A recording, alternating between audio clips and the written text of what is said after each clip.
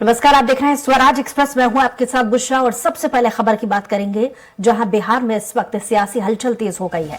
RJD और JDU गठबंधन टूटने के कयास लगाए जा रहे हैं। 2 दिन से ऐसे ही संकेत मिल रहे हैं। दिल्ली से लेकर पटना में शुक्रवार 26 जनवरी रात तक बैठकों का दौर चला। राबड़ी आवास पर लालू तेजस्वी ने रजत कोड के यानी आरजेडी और कोटे के मंत्रियों के साथ बैठक की और इसमें तेजस्वी ने कहा कि आसानी से तख्ता पलट नहीं होने देंगे, इतनी आसानी से दोबारा ताजपोशी नहीं होने देंगे। वहीं नीतीश कुमार ने भी सीएम आवास पर अपने नेताओं के साथ मुलाकात की, जिसमें दिल्ली में बीजेपी के शीर्ष नेताओं ने भी मीटिंग की है। इसमें पार्टी के राष्ट्रीय अध्यक्ष जेपी नड्डा, गृह मंत्री अमित शाह और बीजेपी के महासचिव बीएल संतोष भी शामिल हुए हैं। बताया जा रहा है कि आरजेडी शनिवार को राज्यपाल के सामने विधायकों की परेड करा सकती है।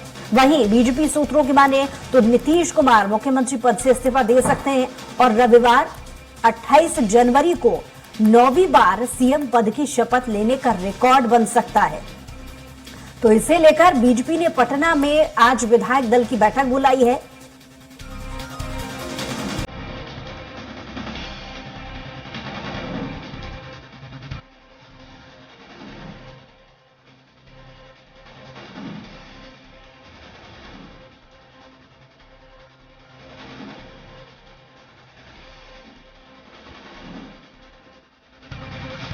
तो बड़ी खबर इस वक्त आपको बता रही है, पटना से राज्यपाल के सामने परेड कर सकते हैं आरजेडी के विधायक। बीजेपी सांसद राधा मोहन गवर्नर से मिले हैं। बीजेपी के 20 विधायक हमारे संपर्क में हैं।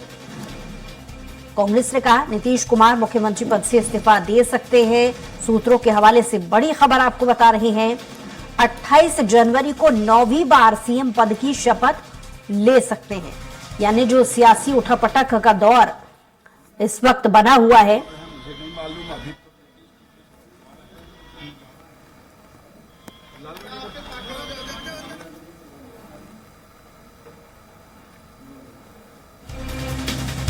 तो सियासी उलटफेर लगातार बना हुआ है। 9वीं बार नीतीश कुमार सीएम पद की शपथ ले सकते हैं। केंद्र का कोई निर्देश है?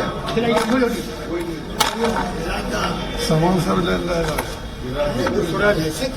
सब खिला देता है कि बिहार।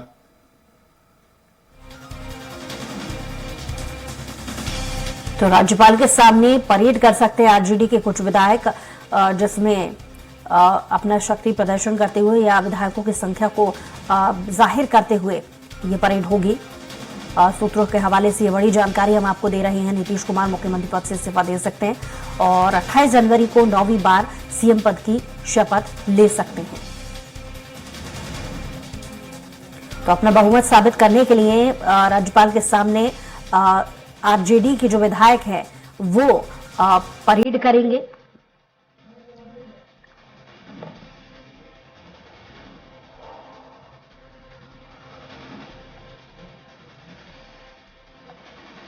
तो बड़ी जानकारी इस वक्त आपको बता रहे हैं। बिहार की सियासत में नया उलटफेर देखा जा रहा है, क्योंकि एक बार फिर से बहुमत साबित करने की जो होड़ है वो पार्टियों के बीच में नजर आ रही है। पटना से ये बड़ी जानकारी हम आपको दे रहे हैं। 28 जनवरी को 9वीं बार सीएम पद की शपथ ले सकते हैं नीतीश और अपने पद से पहले वो इस्तीफा दे सकते हैं। और यही वजह है कि आरजेडी के जो विधायक हैं वो राज्यपाल के सामने परेड करेंगे। तो सूत्रों के हवाले से ये बड़ी जानकारी आपको दे रहे हैं।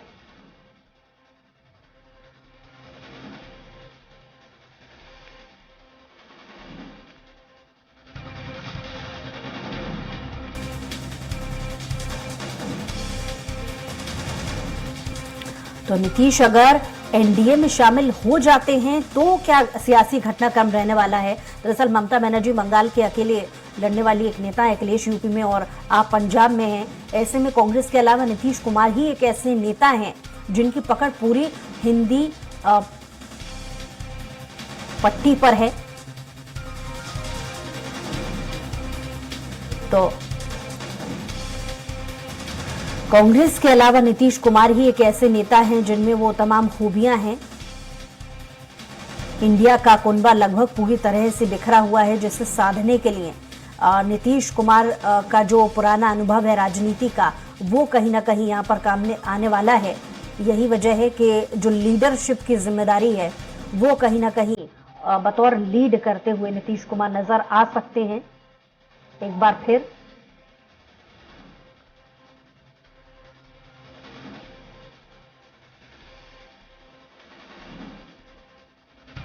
तो इंडिया का कुनबा लगभग पूरी तरह से बिखरा है, जिससे उम्मीद की किरण नीतीश से है।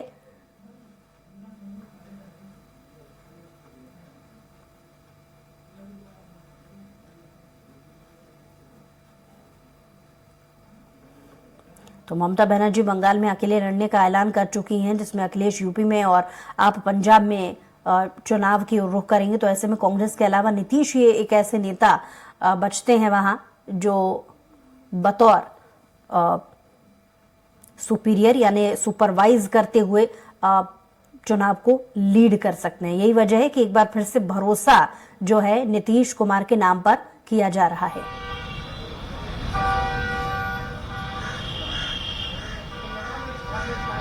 बीजेपी के 20 विधायक हमारे संपर्क में ही, ऐसा कांग्रेस की तरफ से बयान सामने आया। तो नीतीश कुमार मुख्यमंत्री पद से इस्तीफा दे सकते हैं, ये सूत्रों के हवाले से बड़ी खबर। वहीं दूसरी तरफ 28 जनवरी को 9वीं बार सीएम पद की शपथ भी वो ले सकते हैं। अंतर यहाँ पर पार्टी के नेतृत्व से नीतीश कुमार का नजर आने वाला है, क्योंकि 20 विधायक ऐसे हैं जिसमें कांग्रेस ने ये दावेदारी पेश की है कि उनके संपर्क में है। यानी दल बदल अगर होता है तो एक बड़ा बदलाव बिहार की राजनीति में देखा जाएगा। मुख्यमंत्री की जो तस्वीर है वो अलग नजर आएगी, लेकिन यहाँ पर चेहरा भले ही एक बार दोबारा से नीतीश का नजर आए, लेकिन जो सियासतदार हैं या जो टीम है राजनीतिक पार्टी की, वो बदली हुई नजर आएगी। हालांकि बीजेपी की तरफ से भी लगातार इसको लेकर के स्टेटमेंट नजर आ रहे हैं और बीजेपी की तरफ से ये कहना है कि एक बार फिर से उलटफेर होने नहीं देंगे। लेकिन सूत्रों के हवाले से ये बड़ी जानकारी भी हम आपको दे रहे हैं कि 20 ऐसे विधायक जो कांग्रेस ये दावेदारी पेश कर रही है कि उनके संपर्क में है, यानी कि एक बार फिर से जो सियासी उलटफेर है 9वीं बार लगातार देखा जा सकता है।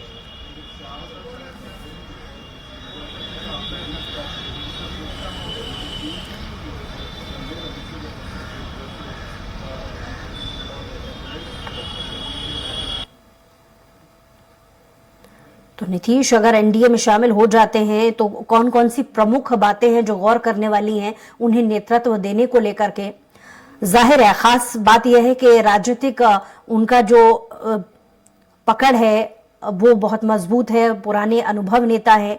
इसके अलावा क्षेत्र के हिसाब से जो राजनीति चलती आई है, क्षेत्रीय हिसाब से अगर इंडिया के पूरे गठबंधन को देखा जाए तो ममता बनर्जी का एक अलग राज्य को लेकर के उनकी अलग एक मजबूत पकड़ है। दूसरी तरफ अखिलेश यूपी की कमान इस वक्त संभाले हुए हैं, तो जाहिर है उनकी जिम्मेदारी या प्राथमिकता वहां ज्यादा है। उसके अलावा पंजाब को लेकर के आम आदमी पार्टी की तैयारी बहुत जोरों पर है। इससे समझा जा सकता है कि नीतीश कुमार की जो जिम्मेदारी है वो नीतीश कुमार का जो चेहरा है वो बिहार के लिए एकदम माफिक बैठता है। यही वजह है कि एक बार फिर से अगर नेतृत्व पार्टी का बदलता भी है तो जिम्मेदारी एक बार फिर से बागडोर नीतीश के हाथ ही आ सकती है। यानी किंग मेकर की भूमिका में एक बार फिर से वही नाम दोबारा सामने आ सकता है।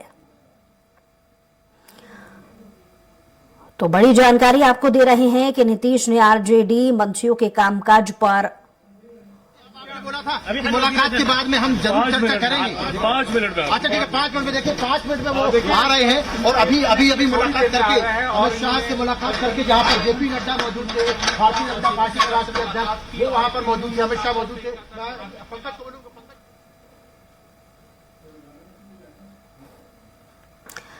तो चलिए विस्तार से एक बार फिर से पूरा घटनाक्रम आपको बता देते हैं। दरअसल बिहार में लालू के आरजेडी और नीतीश कुमार की जेडीयू का गठबंधन टूटने की कगार पर है, क्योंकि शनिवार को यानी आज नीतीश कुमार ने आरजेडी कोटे के मंत्रियों के कामकाज पर रोक लगा दी है। इसके बाद राज्य के कृषि मंत्री कुमार सर्वजीत ने सरकारी गाड़ी को लौटा दिया। इसके बाद जो सियासी बवाल है वो और ज्यादा तूल पकड़ गया। इधर दिल्ली से पटना पहुंचे बीजेपी के आरजेडी सांसद राकेश सिंह ने कहा कि दुनिया ने मोदी का सुशासन देखा है और अब बिहार की जनता भी मोदी का सुशासन देखना चाहती है। वहीं कांग्रेस ने बिहार के हालात पर नजर रखने के लिए छत्तीसगढ़ के पूर्व मुख्यमंत्री भूपेश बघेल को ऑब्जर्वर नियुक्त किया है। यानी सियासी जो घटनाक्रम है उलटफेर की तरफ आगे बढ़ रहा है।